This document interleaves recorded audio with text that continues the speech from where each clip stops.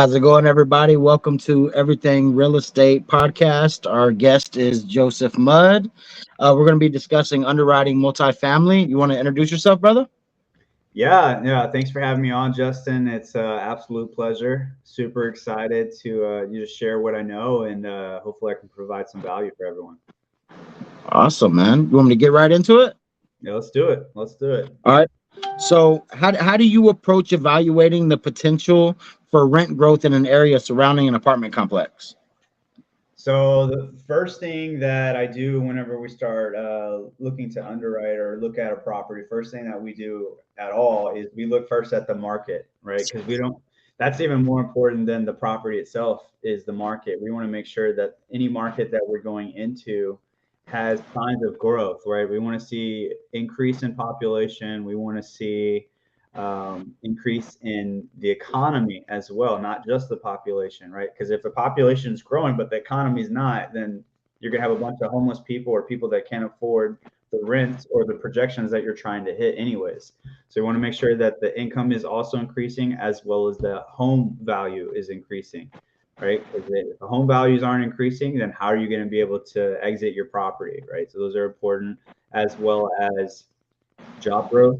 We want to see excellent job growth and crime rates to go down. We want to see, if not a decrease, at least a stable, consistent, below average crime rate. And so that's what we'll look at first at a high level, at the metro level, and then we'll go deeper and dive into the sub market, which is the specific neighborhood and zip code that the property's in, and then the surrounding neighborhoods and zip codes.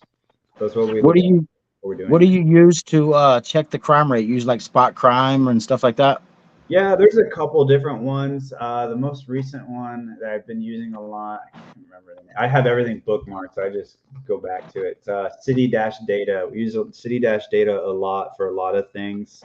I don't if you familiar with Neil Bawa. We basically just take his methods that he uses and just copy and paste it exactly what he was doing.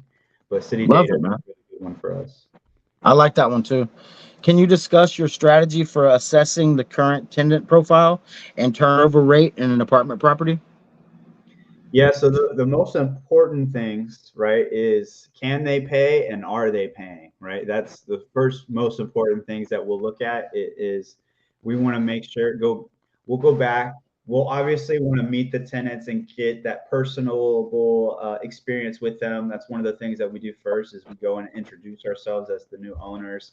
It's a great way to reset the community because now they know that somebody else is in charge, and when they start seeing things changing, they're going to be a lot more nicer to you, I guess is the better way that the better thing I'm thinking of because we've taken over properties and they absolutely hated the living conditions that they were in and the structure of the current management that was taking over.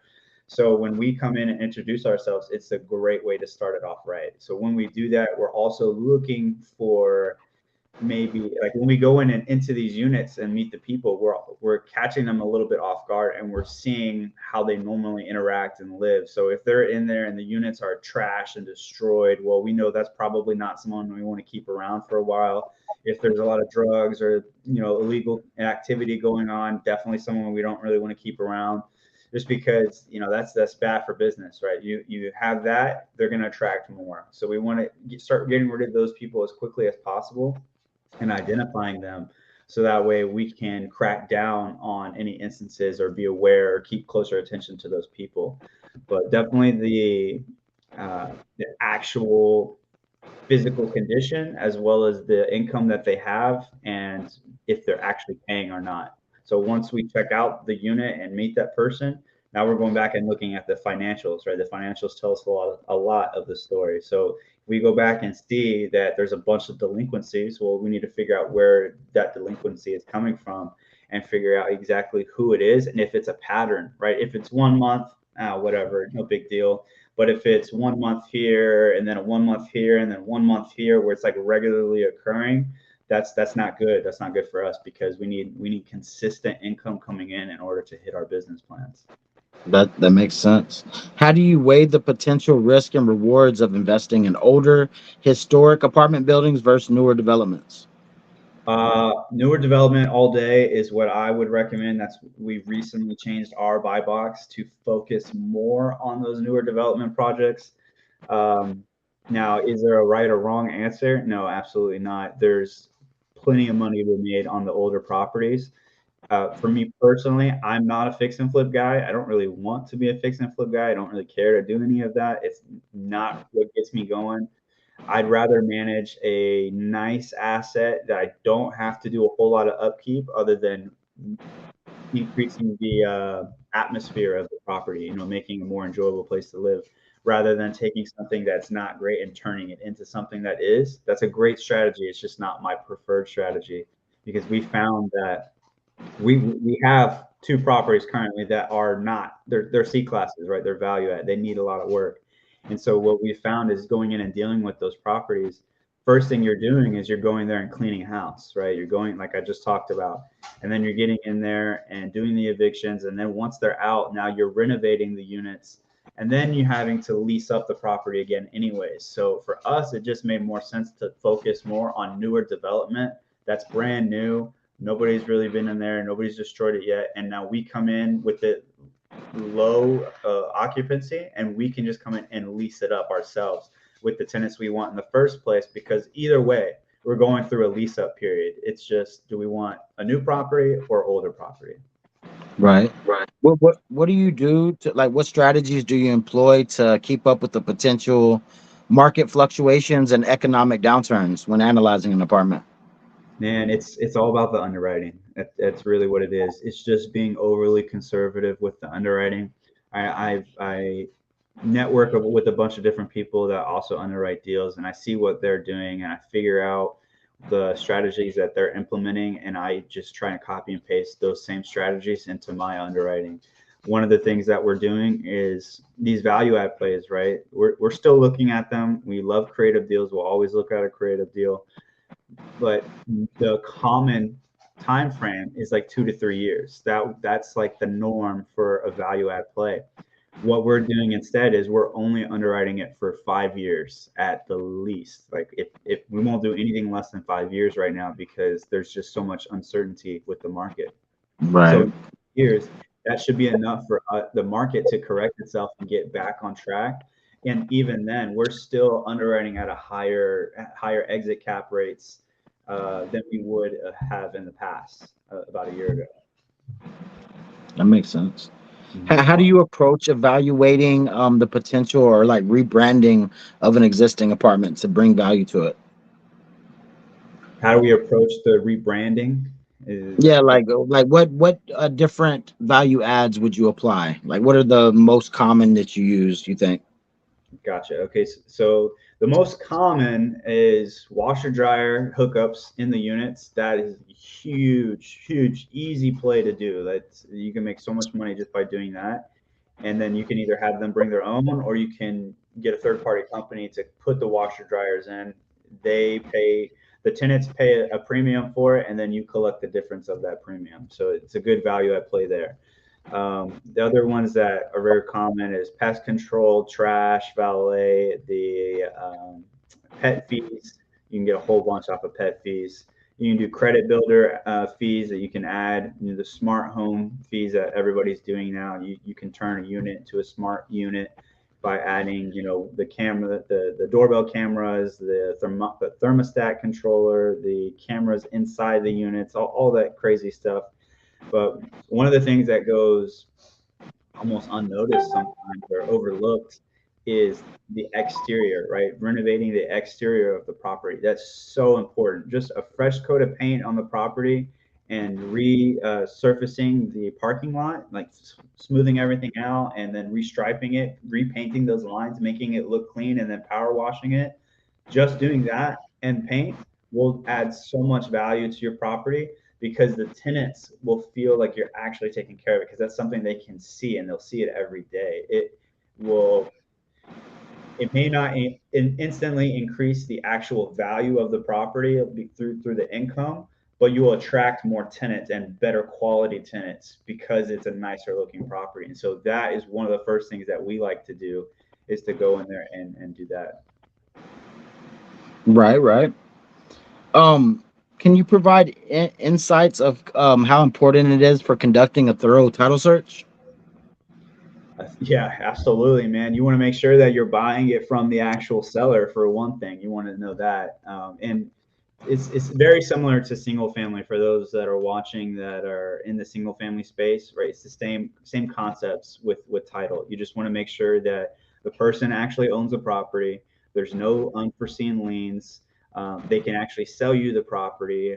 They're not selling you anything with like, I don't know, a crazy hit or a death at the property, right? You want to just do your due diligence on everything, and going through title is a great way to make sure that you're eliminating most of those problems, and they're going to find them if you do. So always go through title. Really important, right? Yeah, super important. What methods do you use to estimate the rent levels for each unit within an apartment complex? As far as like our pro forma, like what our targets are. Yeah, like So what do you? So what we'll do is very similar to how you would comp a single family house, right? You'd go look on the market, see what other properties are sold for. That's exactly what we're doing with the rents, right? We're going and looking at other similar properties in the vicinity that within like half a mile ideally. And you want to go find other units that are similar to your property and have the look that you're going to be shooting for, right? If you know you're going to be doing renovations, go and find other units in the nearby area that have similar unit renovations to what you're planning to do, so you can figure out what they're charging, what they're already accomplishing, and then lock that in as your pro forma. I mean, we personally will go and call these other apartment complexes as prospective tenants and just ask all the questions that we need as a prospective tenant. And we'll just go figure out, hey, is that just rent, or does that include utilities as well? Is there any amenities that are included in this? What do you guys have? What do you not have? You know, that type of stuff. And we'll go and find all of that out just by acting as if we were a prospective tenant and just calling them. Right. That's really smart, man. Can you discuss the significance of understanding local zoning laws when analyzing a property? Yeah, probably not the best person on that one. I'm not a developer. I don't know anything about that area of expertise. What I do know is that if you do not have the proper zoning, you're going to run into a lot of issues. So if you have any intentions to build or add anything, I highly recommend that you do your due diligence on that particular area. I would honestly go ahead and reach out to the city planning for whatever it is you're looking to do, and then just give them your plan. Say, hey, look, I'm about to buy this property. This is what I'm planning on doing. Is there any issues that are going to come from this? Am I going to run it into any roadblocks? And if so, what are they, and how do I get around them? And if you can't get around them, if it's something that's impassable, then you know you have your answer, and you know that's not the right property for you. Right, right. What's your approach for evaluating, like, for potential tax advantages or incentives associated with the property? Yeah, that's a good question. First thing that we do is a cost segregation study. Every property that we plan to take on, we do a cost segregation study. We put that as part of our underwriting.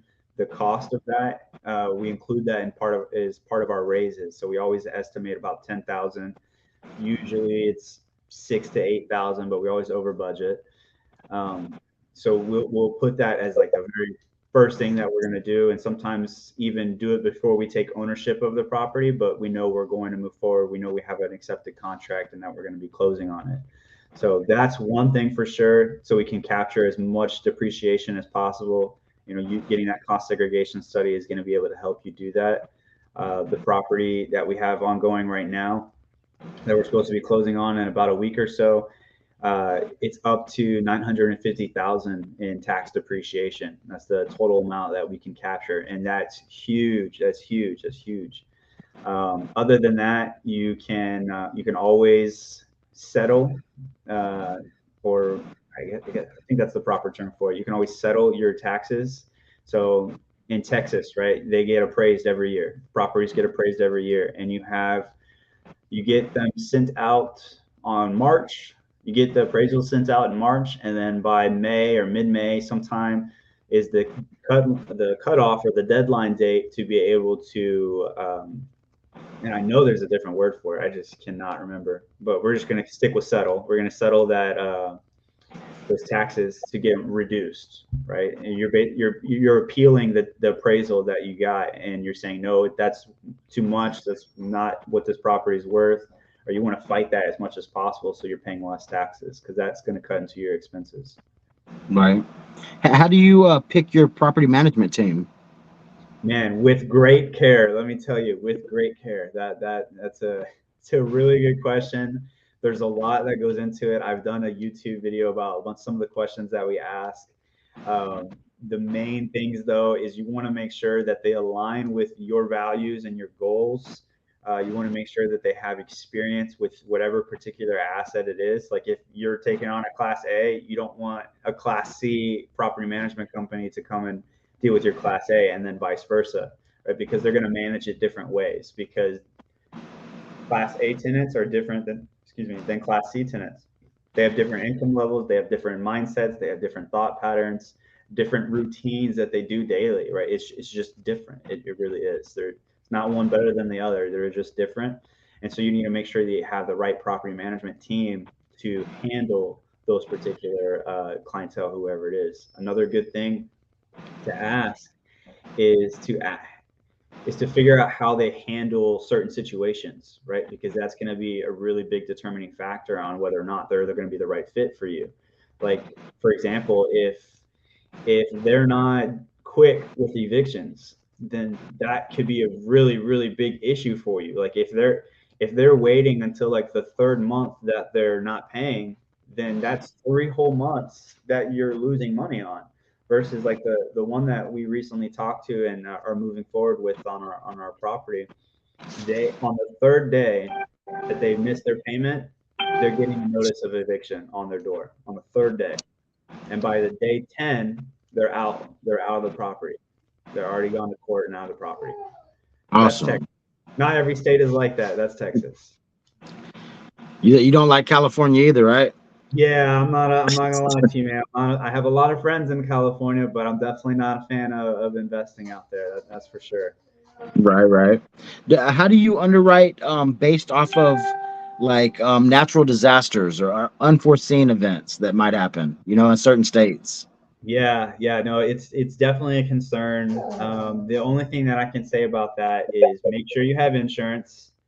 And if you're concerned about a particular natural disaster, make sure that that insurance you have covers that particular natural disaster. Like if you're in Houston, for example, where I'm at, it floods a lot in Houston. I would absolutely make sure that your insurance covers flood damage, right? Because I don't know if you know this, but some insurance only covers flooding by rainfall, and some insurance only covers flooding by it actually like coming from the ground or rising up through the plumbing. I didn't know that until it happened to one of my family members that they were denied coverage because it was the wrong flood insurance that they had. It's So messed up, man. those are some, yeah, it was super messed up, but it's very, very important to figure that stuff out. If you are in an area that has natural disasters, whether it's tornadoes, hurricanes, earthquakes, make sure you have the proper insurance to cover that. And also make sure the deal is juicy enough that you can be setting aside some additional funds to be able to handle those types of things, add to your reserve pile. Right. How do you factor in changes in property tax? So on our analyzer, we have a increase, and we can adjust that increase depending on what state we're looking at. But on average, they don't really go up more than about 3 to 5% each year. So we have an increase escalator that we can manually adjust year by year by year. That my partner had actually built the analyzer for us. So that's Well, one way that we do it. You can manually go in there and do that, but we just change the increase. If we're like there's some states that only do an assessment every 5 years or every 7 years, right? So I would plan, if I know that that's going to happen, then I'm going to go and do my due diligence and figure out the average increase, and then go ahead and plug in that percentage increase, so that way it puts it into our analyzer for us. Right. Which different exit strategies do you have like that you use for purchasing multifamily?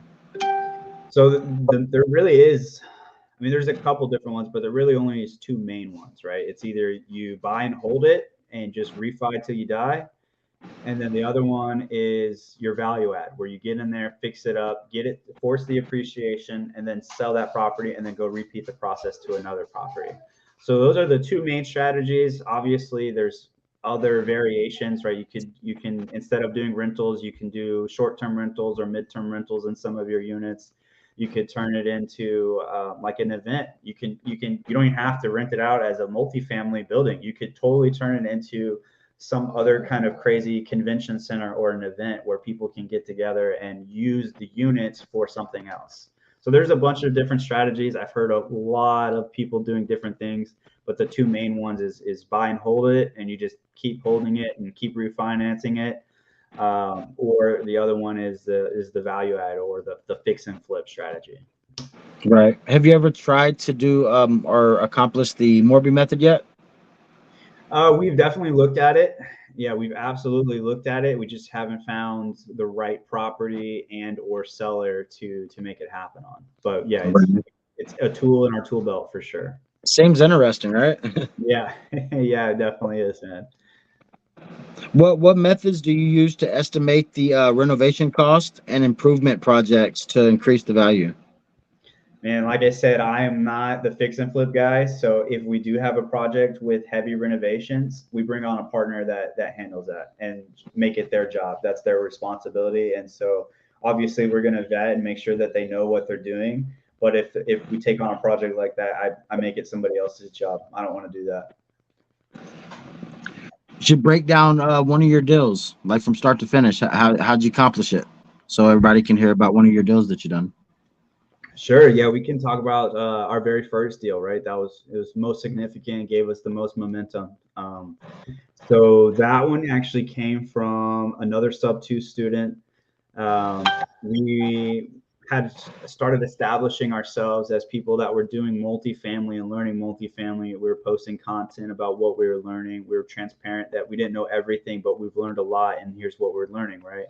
And so because of that, this person brought us the deal, and from there, all that we had at the time, the only information that we had was how much the seller was paying in rent. I mean, I'm sorry, in water bills, and then what he thought was the average rent. He didn't even know for sure. We didn't have a rent roll. We didn't have a T12. We didn't have any other expenses. Had no idea what they were paying in taxes or insurance. All we know is what the guy wanted to get and those two items. So what we did was we took everything that he said and just underwrote based on assumptions. Just assumed the absolute worst of the property and made our business plan based off of that.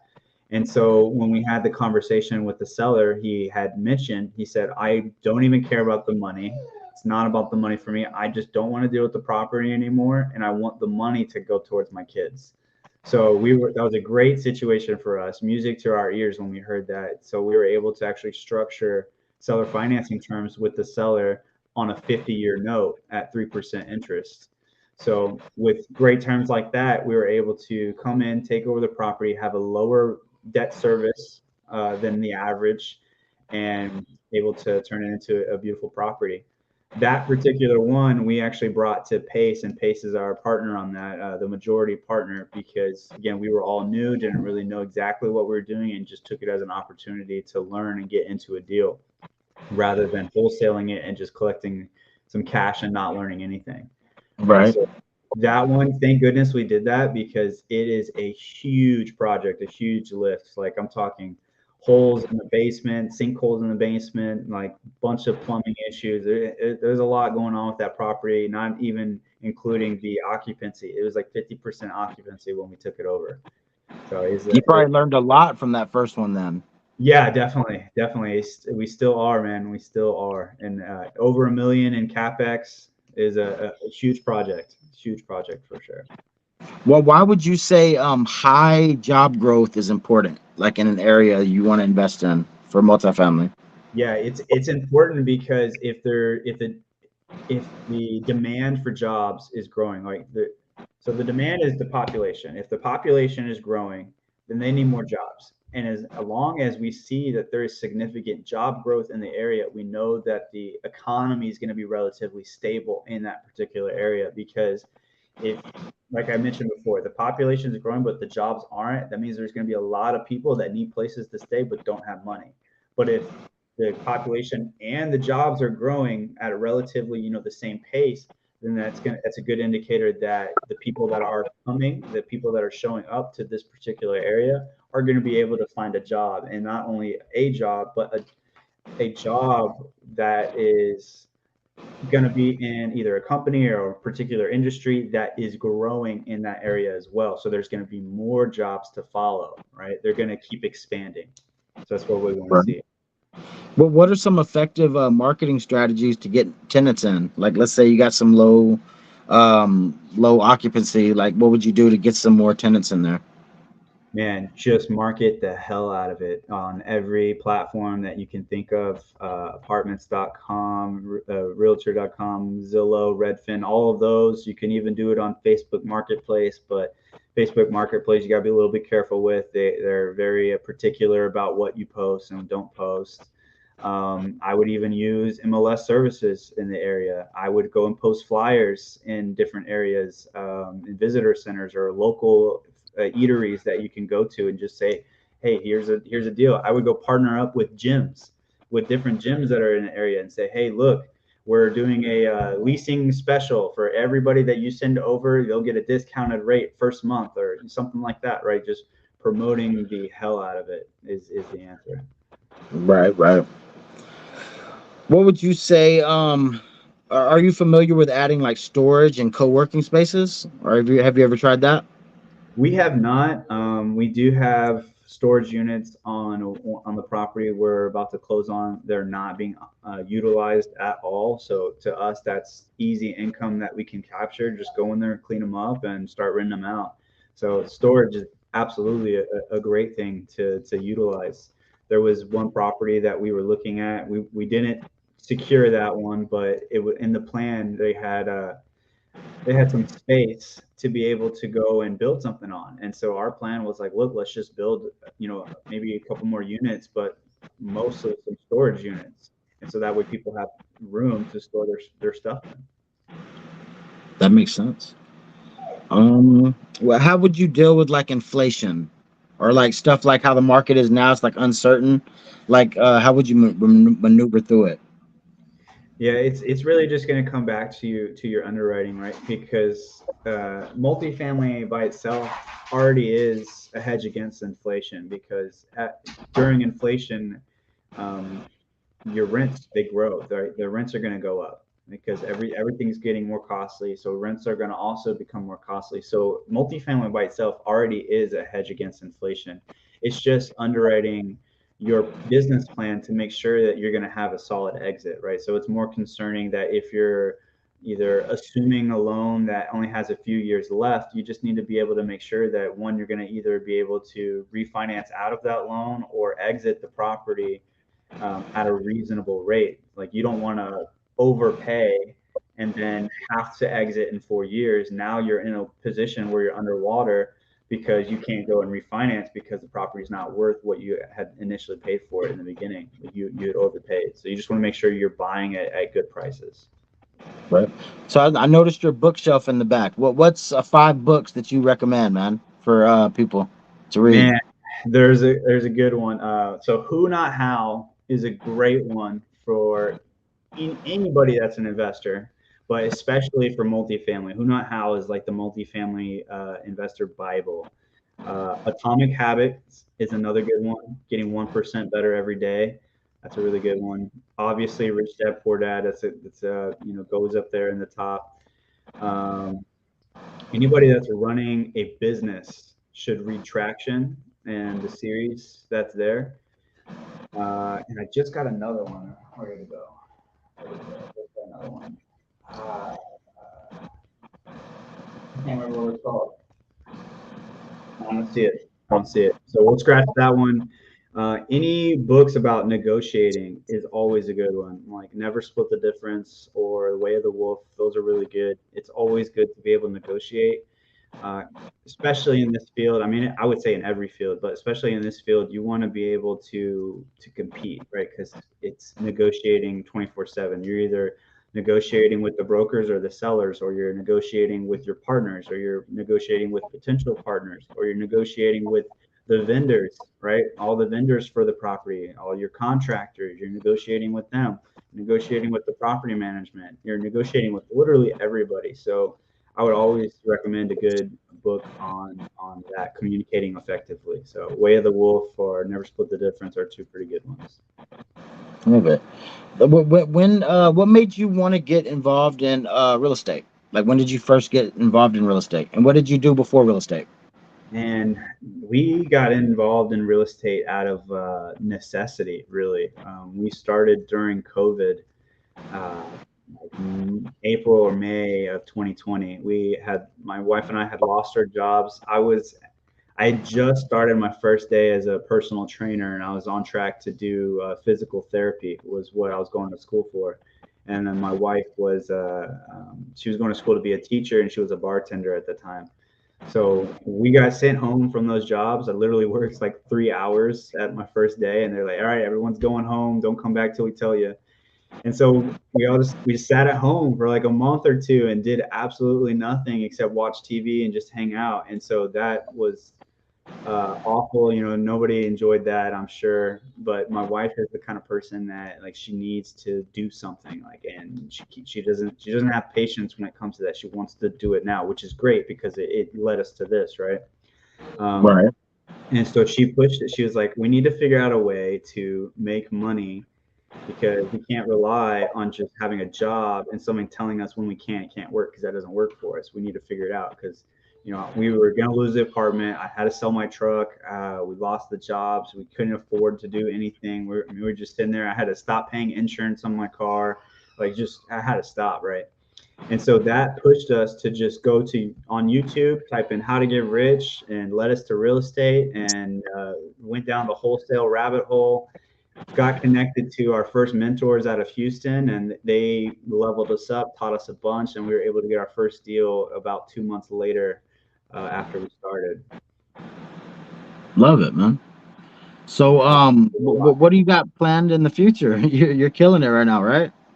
Oh man, I appreciate that. I believe I'm killing it, but at the same time, you're never doing enough, right? It's how you feel anyway.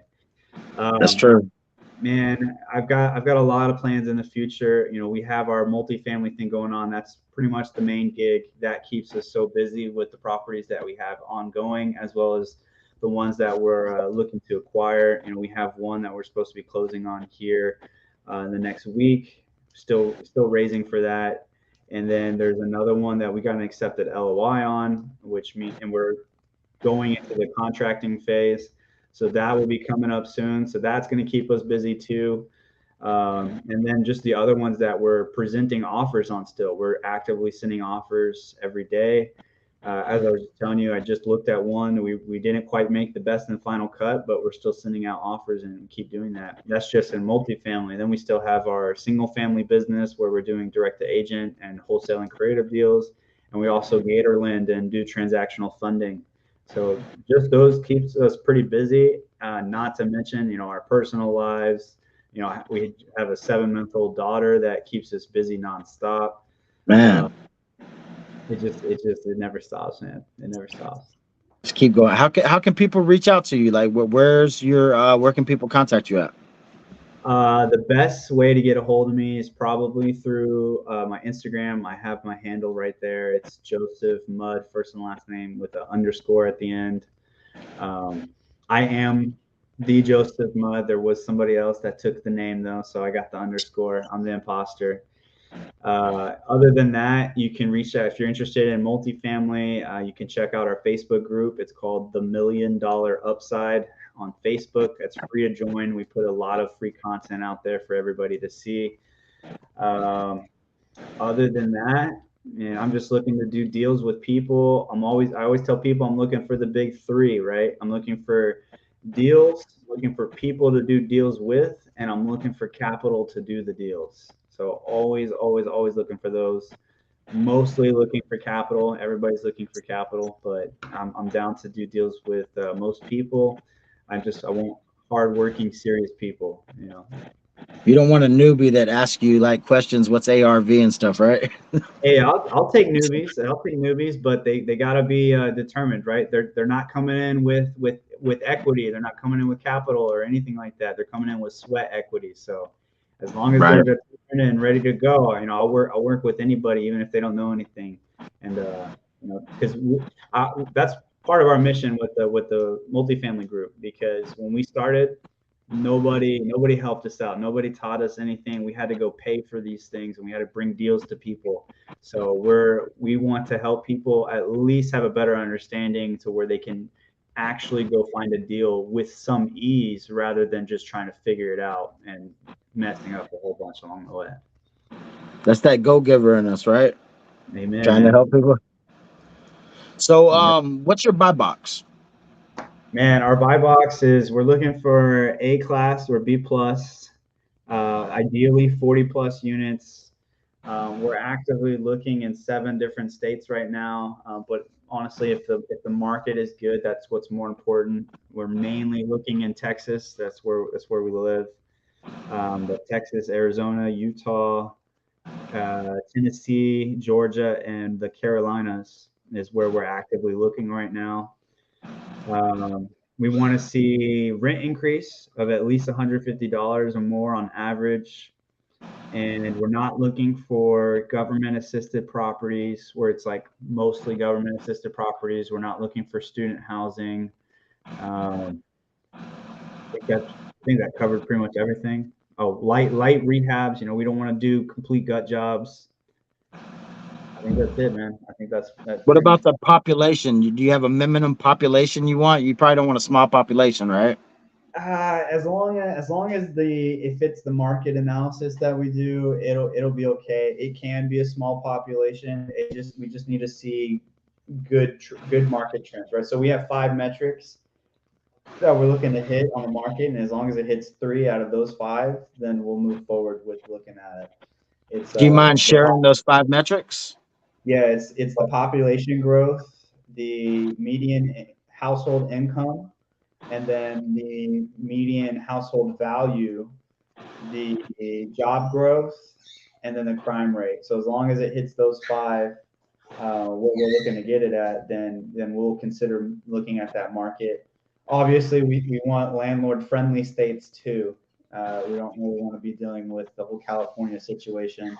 It's just more of a headache than anything, to be But honest. what are non-friendly? How can people look that up, like for newbies and stuff? Yeah, that one is a simple Google search. You can just type in, "Hey, is this state landlord friendly?" And then they'll typically say whether it's a landlord or tenant friendly laws that they have in place. Right. I'm not political, but it's usually the Democrat states, right? Yeah, usually. Right. Love Not it. always, but usually. Most of the time, yo. Yeah. So, what was I gonna say? What was I gonna say? There was another thing I was gonna ask you, man. Something important too. I forgot, man. That's what Um, usually happens, man. That's how I felt with the book. 'Cause I right. just got it pretty recently, and I can't remember what it was. How can Can't people remember. submit a deal to you if they found something that met your buy box? How should they send the deal to you? Yeah, the best way for that is I'm currently working on developing out some more systems and processes with one of our systems guys. So I'm currently building out a new strategy, a submission system, and everything, but I don't have that yet. So the best thing for now is to just reach out to me through Instagram, and then I'll ask a bunch of questions about it, a bunch of vetting questions. So don't be offended if you feel like I'm just grilling you with a bunch of questions. Just know that I get stuff sent to me all the time, and like 80% of it is just trash, and it's nothing to do with the person sending it to me. It's just the name of the game right now, right? There's a big difference between sellers and buyers right now, right? Sellers are still thinking that they can get prices from a year or two ago, And then buyers, they know that it's not possible, right? We're dealing with interest rates rising, with insurance prices rising, as well as the high expectations from the sellers. But it's just not, we're not in the same playing field anymore. So there's a big gap right now, and not a lot of deals are moving.